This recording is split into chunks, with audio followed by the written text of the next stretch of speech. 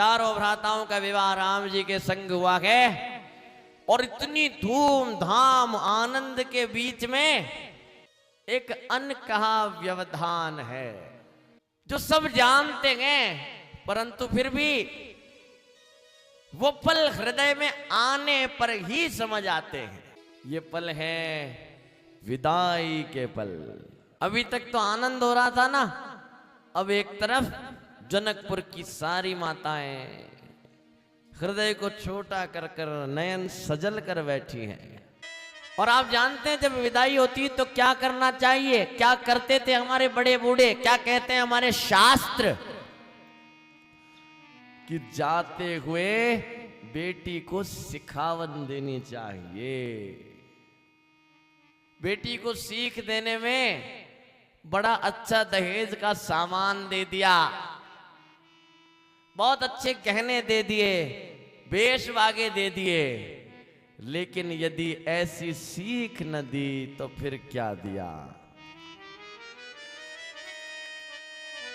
ऐसे में सारी माताएं सीता जी और अन्य से कहने लगी कि हो संतत पिया हे प्यारे, हो संतत पिया हे प्यारे, चिरो अहि बात अशेष हमारे, चिरो अहि बात अशेष हमारे।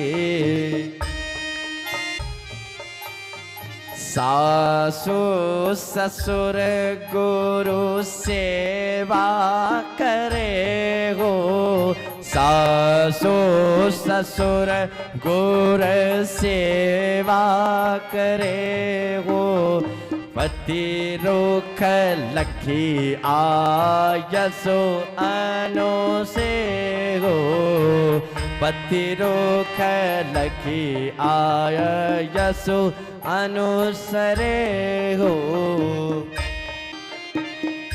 क्या कहा?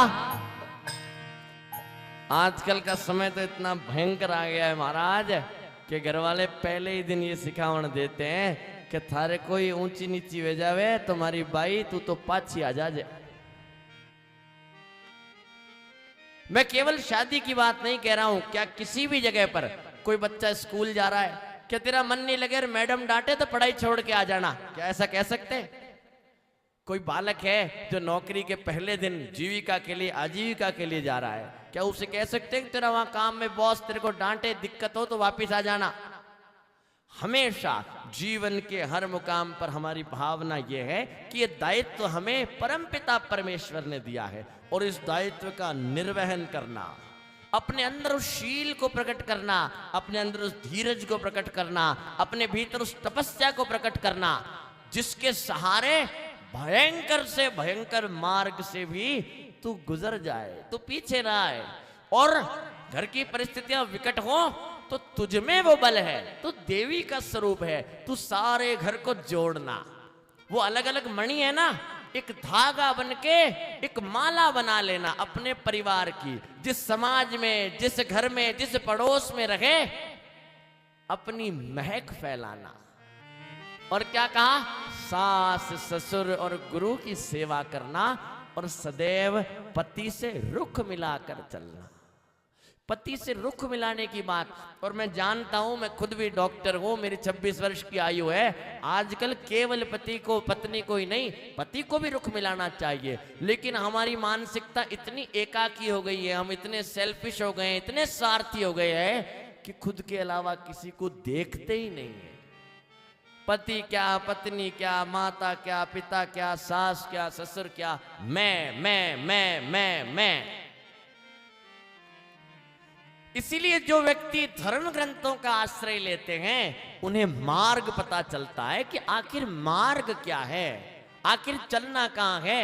हमारी बुद्धि, हमारा विवेक जहां खत्म हो जाता है वहां शास्त्र का सहारा लिया जाता है।